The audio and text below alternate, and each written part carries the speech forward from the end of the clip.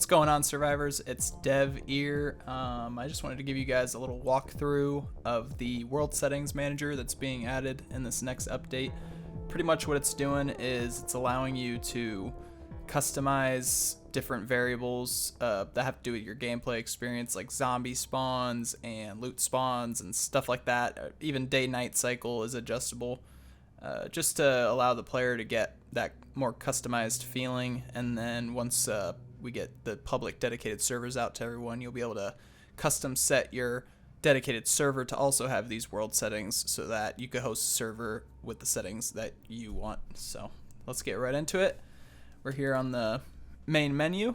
You just go down here to world settings, new button was added, and it opens up this little menu widget to kind of set up your profile. So first thing, of course, the setting profile name, we'll do dev test just to set that name. You'll see the importance of having this name later on. And this, make sure you're using this button, the save settings here, or else you'll lose everything if you back out of this menu without clicking the save settings. First tab is the player tab, which gives you all of these different options. So you have, of course, allow PvP. If you want to be able to do damage between two players and whatnot, you could set this to on or off. We'll leave it on. Allow PvE. This is if you want zombies to be able to aggro you and try to kill you, or you just want to shut those off and have an easy time, you could do that also.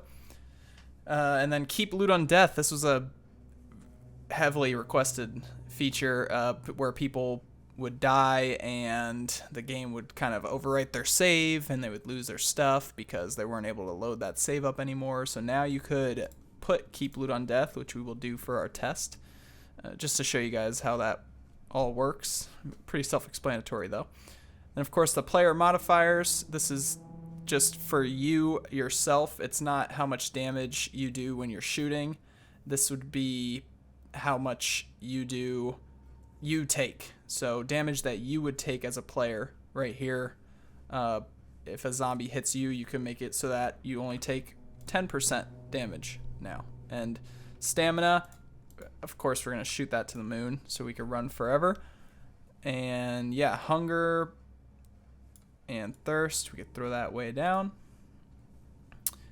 And yeah, that's pretty much everything on the first page. This AI spawn is grayed out because it's not implemented yet, but pretty much this will allow for you to control the amount of zombies spawning, the variety of zombies, whatnot. Different. It's still to come. We're still planning it, so I don't want to say too much on that. We're still mapping out exactly how we want that implemented, but it's here, so you know it's coming.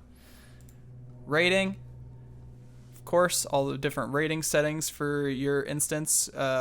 This would probably be not as important for a single player, but if you're hosting servers, it's pretty important. So you could allow or disallow rating. Oops. Allow or disallow rating. You could set it so that you could only raid through doors or only raid with C4. I know you could use melee weapons, certain melee weapons for certain materials right now. So you would check this box and make it so that's C4 only. So people can't melee through your stone wall with a pick or whatnot.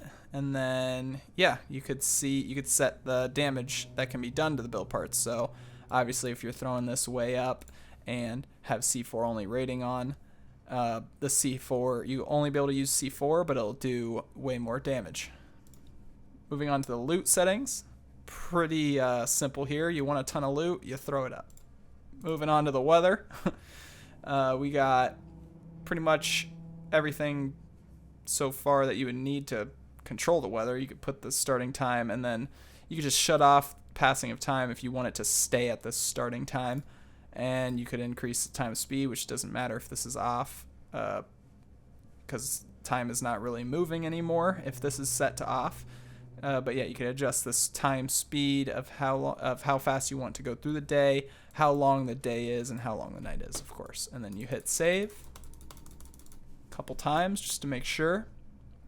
And then we'll load in and test our new settings, which let's make sure we remember our new settings. We got keep loot on death, take way less damage, don't use hunger and thirst. Have a bunch of stamina. And of course a ton of loot. And yeah, don't pass through day.